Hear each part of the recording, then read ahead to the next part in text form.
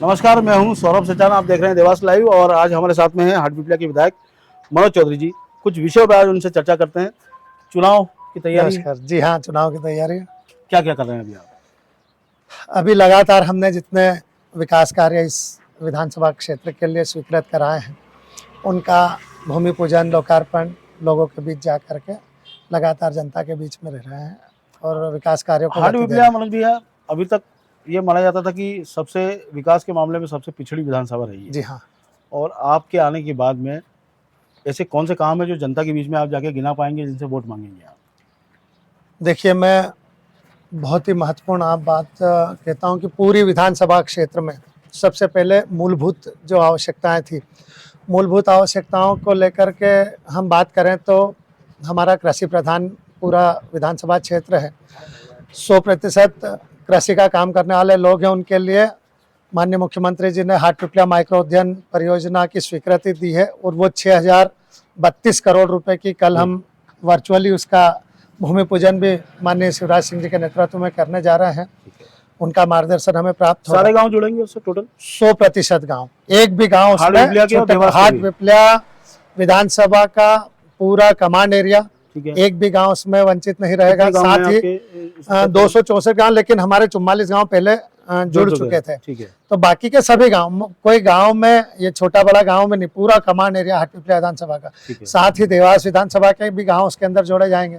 कुछ सोनकच, बागली और हमारे खाते गांव कैसे करके इतना पानी है कि पूर्ति हो जाएगी? जी हाँ, पहले 1,29,000 हेक्टेयर की सिंचाई की योजना तैयार की गई थी, लेकिन उसको बढ़ा करके अब 1,64,000 हेक्टेयर में सिंचाई योजना को मंजूर अच्छा, किया। बात जरूर की जाती है कि नर्मदा से सिंचाई होगी, लेकिन सिस्टम किसी को समझ में अभी तक नहीं आया कि कैसे होगी। मतलब क्या पाइपलाइन? ये बहुत बड़ी बात है, ये बहुत महत्वपूर्ण बात है।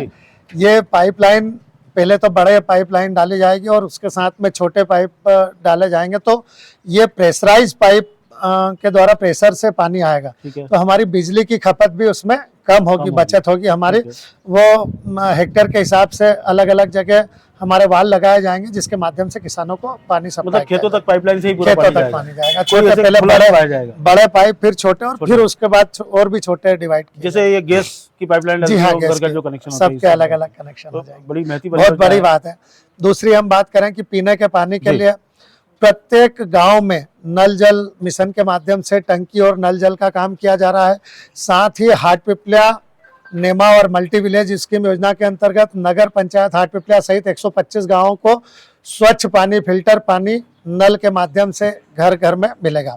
इसके अलावा बात करें तो संपूर्ण क्षेत्र में सड़कों की जो कनेक्टिविटी कम थी, बिल्कुल कई जगह आने जाने की व्यवस्था नहीं हो पाती थी। पूरे विधानसभा को डामरीकृत या सीसी रोड से जोड़ा गया। साथ ही कई जगह हमारे जो पुल पुलियाओं की बहुत अति आवश्यकता थी, वो पुल पुलियाँ बड़े स्वीकृत कराए, उनके काम चल रहे हैं। हमारे हॉस्पिटल्स, स्कूल्स, अलग अलग क्षेत्र में हर क्षेत्र की एक एक जो महत्वपूर्ण आवश्यकता थी, उन सबको ध्यान में रखते हुए हमने काम किया। अभी कल यानी 6 तारीख के दिन मुख्यमंत्री जी के द्वारा एक हमारे हाटपिपलिया जो आसपास में 50 गांवों के लोग वहां पर इलाज कराने अस्पताल में आते हैं, बरसों से क्षेत्रवासियों की मांग थी। हमने उसकी विशेष जब अनुरोध किया था माननीय मुख्यमंत्री जी से, तो हमें पिछले माह 12 तारीख को 15 करोड़ 8 लाख रुपए की उसकी 50 बेड के अस्पताल की स्वीकृति हुई है, उन्नयन हुआ है। उसका भी कल हमारा भूमि पूजन रहेगा। साथ ही हमारे शासकीय कॉलेज की 2 बिल्डिंगें बन करके तैयार हुई है, पिछले साल उनकी स्वीकृति हुई थी। एक कोई सीएम राइज का वो भी स्कूल, सीएम राइज स्कूल चल रहा है हमारा सन्नौड़ में, ठीक है, उसकी बिल्डिंग बन रही है, उसमें शिक्षा काम चालू हो गया, पुरानी जो छोटी बिल्डिंग। लेकिन आप अपनी विधानसभा में ये ध्यान देते हैं कि इतने जो काम चल रहे हैं, जी हाँ, इसमें किसी प्रकार से गुणवत्ता प्रभावित ना हो, भ्रष्टाचार ना हो। लगातार हम क्षेत्र में भी जाते हैं, जो काम हमें ऐसा लगता है कि जनता हमें अवगत कराती है, हमें जाकर निरीक्षण के दौरान कहीं गड़बड़ी मिलती है तो तत्काल अधिकारियों को अवगत कराते हैं। और इस मामले में हमने पहले कॉलेज की बिल्डिंग के संबंध में भी अवगत कराया था, हमें कुछ कमी पाई गई थी। अरलाव दाव में नेफेड के द्वारा किया जा रहा था काम, वो गुणवत्ताहीन लगा था। कुछ सड़कों में जहाँ गुणवत्ताहीन लगी थी, तत्काल अधिकारियों को अवगत कराया, उन लोगों के खिलाफ कार्रवाई भी हुई और गुणवत्तापूर्ण काम को अब सुधारा जा रहा है। हमारे विधानसभा क्षेत्र में कोई भी बिना गुणवत्ता। अच्छा, वो जो पिछली बार हमने रिपोर्ट बनाई थी कि जो मेन रोड है, हाँ। चापड़ा तक का जाने वाला जो रास्ता है, उसमें कई जो पुल हैं वो बहुत लंबे समय से पेंडिंग चल रहे थे। जी हाँ, उनकी क्या स्थिति है अभी आज? पुल हमारे बन गए हैं, आने जाने के रास्ते उन पुलियाओं पर से चालू हो गए। सिर्फ उनकी जो अप्रोच रोड है जो 5-50 मीटर की एक आने जाने की व्यवस्था कर दी गई है। अब बारिश समाप्त हुई है, अप्रोच रोड उनकी बनाना बाकी, लेकिन आवागमन उन पुलियाओं पर होकर ही चुनाव के पहले हो जाएगा वो? ये बिल्कुल होगा। ये लेकिन बहुत लंबा खिंच गया, 5-6 साल हो गए। नहीं, 5-6 साल नहीं हुए। कोरोना का काल हमारा बीच में जब आया था तब कुछ काम बंद थे, लेकिन उसके बाद आज अगर हम देखें तो सभी हमारी पुल पुलियाएं बन करके तैयार है। हम गुणवत्ता वाला जो है काम कर रहे हैं। विकास के आप काम खूब सारे करवा रहे हैं। हाँ। अब थोड़ी सी राजनीति में आ जाते हैं। जी हाँ, टिकट आपका पक्का है? देखिए, शीर्ष नेतृत्व को तय करना है, हम लेकिन तो जो है लगातार सेवा कर। और आपको अभी चैलेंज भी किए जा रहे हैं, जैसे नरेंद्र सिंह राजपूत दावा कर रहे हैं इस समय। जी हाँ, काफी जोर शोर से लगे हैं। सीएम साहब भी उनके होटल में आए थे। दावेदारी अपनी जगह होती है, लेकिन खतरा महसूस कर रहे हैं आप? देखिए, किसी प्रकार का कोई खतरा नहीं है। पूरे 100% समय हम जनता के बीच रहे हैं, क्षेत्र में विकास किया है। जब पार्टी जो फीडबैक निकालेगी उस आधार पर तय करेगी, और निश्चित रूप से इसमें कहीं भी कोई कमी नहीं है। कुछ आपके नाम के ऑडियो वायरल किए जा रहे हैं बहुत सारे, और ये इसको क्या देखिए, जब चुनाव का दौर आता है उस समय किस तरह से, चूंकि हमने जितने काम किए इस बहुत कम समय में, तो विरोधियों द्वारा हमारे काम की बराबरी तो होगी नहीं, पर हमें बदनाम कैसे कर दिया जाए, ये प्रयास उनका रहता है, जिससे कि कहीं ना कहीं वोट कम मिले, कोई लोगों में भावना कोई गलत पैदा हो। पर ये सिर्फ और सिर्फ चुनावी मामले हैं जिस समय आरोप प्रत्यारोप लगाया जाता है। आप देखेंगे तो माननीय मुख्यमंत्री जी द्वारा लेन पुलिंग योजना को निरस्त करने की घोषणा करी थी, उसका आदेश जारी करते हैं 31 तारीख को सरकार के द्वारा कि लेन पुलिंग योजना निरस्त की जाती है। 10 तारीख को कूट रचित एक पत्र बनाया जाता है, फर्जी पत्र, जिसमें ये कहा जाता है कि ये किसानों के साथ छलावा है और ये तो अफवाह है। फिर उसकी पुष्टि होती है, उनके खिलाफ हमारे लोगों के द्वारा आवेदन भी दिया जाता है कि भाई ये जितने भी लोग हैं इस तरह की गलत भ्रामक जानकारी आम जन के बीच में भेज रहे हैं, उनके खिलाफ कार्रवाई होना चाहिए, और निश्चित रूप से उस पर जांच भी चल रही है। आने वाले समय में इस तरह की भ्रामक जानकारी देने वाले लैंड पुलिंग की बात की है। जी हाँ, लेकिन उसका निरस्तीकरण का नोटिफिकेशन तो नहीं आया, लेकिन वो जो लेटर था वो लेटर भी थोड़ा सा उसकी लैंग्वेज भ्रामक है। तो किसान अभी ये पूछना चाह रहे हैं कि आगे जाकर के क्या किसी प्रकार से एक बात होती है, जब कोई प्रस्ताव बनता है, प्रस्ताव की अगर स्वीकृति हो जाती है तो वो निरस्त होता है। हमारी किसी बात की मंजूरी, प्रशासन की स्वीकृति उस लैंड पुलिंग योजना की नहीं होती, उसको प्रस्ताव को बनाया गया था, प्रस्ताव निरस्त कर दिया गया। अगर नहीं नोटिफिकेशन होता तो फिर बकायदा उसके निरस्त के आदेश उस रूप में जारी होते नोटिफिकेशन के आधार पर। प्रस्ताव अगर कई तरह, जमीन क्यों नहीं बेच पा रहे? नहीं, जमीन कोई किसान आकर ये नहीं कह सकता कि हम जमीन नहीं बेच पा रहे। लगातार जिन लोगों को बेचना, अगर किसी प्रकार की समस्या आती है तो हमसे आकर कहें। कलेक्टर साहब ने खुद कहा है कि हमसे आकर कहें अगर कोई इस तरह की भ्रामक जानकारी फैला। अच्छा, एयरपोर्ट भी आपके क्षेत्र में आ रहा था, वो भी चला गया? देखिए, एयरपोर्ट के मामले में ये बड़े स्तर का मामला है, इसकी हमको जानकारी भर थी कि भाई यहाँ के लिए चिन्हित की गई है जगह, वो बड़े स्तर का मामला। उसमें शायद हवा की दिशा, आसपास की लोकेशन, आने जाने के लिए आवागमन की व्यवस्थाएं, बड़े शहरों से दूरी, उनसे जुड़ाव, इस तरह की कई बातें उसके अंदर देखी जाती है। उसके बाद ही उस पर निर्णय होता है। इसकी पूरी संपूर्ण जानकारी। लोग बेचारे ठग गए ना, वहाँ पे जमीन खरीद ली महंगे दामों पर, तो सब कुछ हो गया। देखिए, तो उनके लिए तो बड़ी मुश्किल खड़ी हो गई। इस मामले में न तो सरकार ने किसी प्रकार से कोई आदेश जारी करा था, अगर जमीन चिन्हित की तो वो उन्होंने अपने रिस्क से अगर वो लेना चाहते थे, आगे बढ़ना चाहते थे, ये उनका अपना निर्णय था। उस पर सरकार ने तो उनको आमंत्रित नहीं किया। अच्छा, अभी हाल फिलहाल में जो पूरे एमपी में भाजपा के जो पोल्स आ रहे हैं और ये आ रहे हैं, उसमें भाजपा की स्थिति थोड़ी कमजोर बताई जा रही है। आपके अनुसार क्या? मैं तो कहता हूं कि सरासर बिल्कुल गलत है। 230 में से लोग तो 150 कह रहे, मैं कह रहा हूं कि 200 सीट कम से कम भारतीय जनता पार्टी जीतेगी। इतनी मजबूत स्थिति में है भारतीय जनता भारत माता की जय। नारेबाजी हो रही है। तो अच्छा, ये बताइए, ये जो आपके ऊपर पर्सनल हमले हुए थे, जी हाँ, इसका आप खंडन करते हैं? बिल्कुल, निश्चित रूप से। पर्सनल तो हमले मुझ पर, कुछ तो फर्जी ऑडियो भी बनाए गए मेरे, जी है नहीं? क्यों बनाए गए? क्योंकि एक व्यक्ति के द्वारा एक आवेदन दिया गया है एसपी साहब को, और आवेदन के बाद उन्होंने अपने आप को ये बताया कि मेरा 15-16 साल पहले 2007 में जाने कब उनका तलाक हुआ है, उसके बाद में वो आवेदन देते हैं कि मुझे जान से मारने की धमकी दी या फिर मेरी जान को खतरा है, उसमें एक तरफ कहते हैं सामाजिक रूप से, दूसरी तरफ समाज के कई टीआई थे उनके बारे में बात करते, कई तरह की।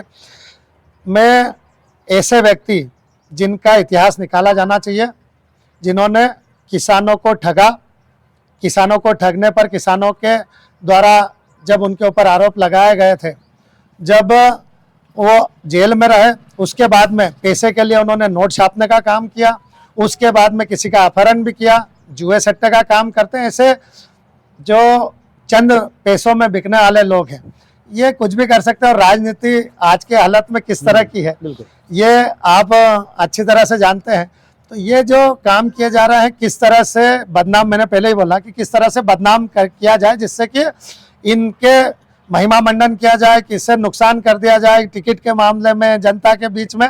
तो ये राजनीतिक लोगों के द्वारा ये जो काम करवाए जा रहे हैं, मैं ऐसे लोगों को कहता हूं कि कभी जीवन में स्वस्थ राजनीति करें। इस विधानसभा में जो विकास कार्य हुए हैं उनके ऊपर आए, इस विधानसभा के लोगों के बीच में जब हमने जाकर उनके सुख दुख में काम आए उस बारे में चर्चा करें। पर इस तरह के जो फर्जी काम कर रहे हैं, ये सब जनता फर्जी अच्छी तरह से जानती है। और 15 साल तक अब जब किसी को याद नहीं आए किसी मामले को, आज चुनाव के टाइम पर क्या कारण है कि चुनाव के समय आपको इस तरह की बात यहाँ पर लेकर के आना पड़ी किसी के बीच में? किसी पाटीदार को गाली देते हुए भी आपका था, और देखिए समाज से जोड़ा मैं तो ये कहता हूँ कि जो मैंने उसी समय अपनी तरफ से मैसेज भी दिया था, एक व्यक्ति जो अपने आप को पाटीदार समाज का न होकर पाटीदार समाज को बदनाम करने का प्रयास करता था, आज भी कोई, मैं तो कहता हूं कि उस व्यक्ति को लाना चाहिए। झूठ बोलकर पाटीदार समाज इतना सम्मानीय समाज, जो चाहे खेती बाड़ी करके, व्यापार व्यवसाय करके, अपने पढ़े लिखे करके अपने सम्मान से जीने वाला, उस नाम से उन्होंने झूठ बोला। हकदार समाज का न होकर के अपने आप को पाटीदार बनाकर कई लोगों को फर्जी काम किए, उनसे रुपए ऐंठने का काम किया, जो दूसरे भी काम उनके साथ धोखाधड़ी के किए। ऐसे लोगों के खिलाफ जब शिकायत आती है उस समय, जब भी भले परसों पुरानी बात है, लेकिन उन लोगों को सही रास्ता दिखाएं या फिर उनको सबक सिखाना जरूरी। भाई उस समय उसके बाद से मिले भी नहीं, पर उसको गलत तरीके से पेश किया गया था। मैंने तत्काल उसकी जानकारी भी अवगत कराया था। मनोज चौधरी इतने एग्रेसिव नेचर के क्यों हैं? क्योंकि बीच में जनता के भी कई वीडियो वायरल होके आए, जब आप जनता के बीच में बैठे और लोगों ने आपसे उलझुल सवाल शुरू कर दिए, तब भी आप थोड़े, देखिए एग्रेसिव तो जरूरी है, क्योंकि अब युवा है। एग्रेसिव वाला मामला ये है कि दमदारी से 24 घंटे जब भी किसी का सुख दुख होता है उसमें काम आते हैं, पूरे मन से काम करते हैं, ईमानदारी से काम किया है। और जब काम करते हैं उसके बाद भी कई तरह की कोई बातें उलुल जुलुल कहीं होती है, तो निश्चित रूप से उस बात का जवाब दिया जाता है, एग्रेसिव रूप में नहीं, लेकिन कम से कम हम अगर उस बात का जवाब भी नहीं दें तो ये तो उचित नहीं है, इसलिए जवाब देना जरूरी है। तो राजनीति में अगर मैं कहता हूं कि अगर पिछले चुनाव में 84,000 वोट मुझे मिले थे, तो सामने वाले को भी 70,000 वोट मिले थे, तो 70,000 कम से कम वो लोग आपके साथी नहीं थे, विरोधी। तो उनमें से कई लोग सही काम होने के बाद भी कहीं ना कहीं हमारे ऊपर इल्जाम लगाए, उंगली उठाएं या कुछ करें। तो हमने जो काम किया है तो बताना पड़ेगा जनता को, स्वाभाविक है। और इसीलिए जो है उसको एग्रेसिव मानना उचित नहीं है। भाई अपनी बात को अपने स्तर से। दीपक जोशी फैक्टर कुछ नजर आएगा आपको हाल फिलहाल में? कोई नुकसान उनको 2018 में भी जनता ने रास्ता बता दिया था, है नहीं? उसके बाद में उन्होंने जो काम किए हैं वो सब जनता अच्छी तरह जानती है। तो यहाँ पर ऐसा कोई औचित्य है नहीं। अगर यहाँ कहीं काम करते तो जनता उनको पहले ही स्वीकार कर लेती। तो अब कोई फैक्टर तो है नहीं वहां जाकर के भी। अब अच्छा, कांग्रेस से जो कैंडिडेट बनेगा वहाँ पे हाल फिलहाल में, उससे आप अपना कैसा कंपैरिजन करते हैं? मतलब एक तरह से विकास की बात करते हैं कि कांग्रेस में आप भी रह चुके हैं, तो कांग्रेस की नीति से आप वाकिफ हैं? देखिए कांग्रेस रही है 70 साल तक देश पे राज करा। यहाँ पर विधानसभा में भी कांग्रेस के जनप्रतिनिधि रहे हैं, लेकिन कोई ये नहीं कह सकता दमदारी से कि हमने इस क्षेत्र के लिए कोई बड़ी योजना ला करके बड़ी उपलब्धि वो उनकी गिना सके। लेकिन दमदारी से हमने पूरे मन से काम किया और पूरे विधानसभा क्षेत्र में काम किया है। यहाँ कोई भी आए, कैसा भी आए, जनता का आशीर्वाद हमको भरपूर रहेगा। पहले जितने मतों से जीते थे उससे ज्यादा से जीतेंगे। इसकी जनता से कोई वादा? जनता से वादा कि जिस रूप में हमने यहाँ काम किया, एक परिवार भाव से, एक बेटे के रूप में, एक छोटे भाई के रूप में काम किया, और सदैव जब भी हमारे परिवारजनों को, पूरी हाटपिपलिया विधानसभा क्षेत्र के वासियों को मेरी आवश्यकता होगी, एक सेवक के रूप में सदैव उनके लिए हाजिर है। इस क्षेत्र का, हाटपिपलिया विधानसभा की जो विकास की गति है उसको कभी रुकने नहीं दिया जाएगा। बस आपका आशीर्वाद इसी तरह से और इससे बढ़कर मिले, इसी भावना के साथ आपको प्रणाम करता हूँ। ये थे मनोज चौधरी और उन्होंने अपनी बात रखी, जनता से फिर आशीर्वाद मांगा है। देखने वाली बात होगी कि विधानसभा के चुनाव के बाद में क्या स्थिति बनती है। आप हमसे जुड़े, बहुत बहुत धन्यवाद आपका। जी, थैंक यू।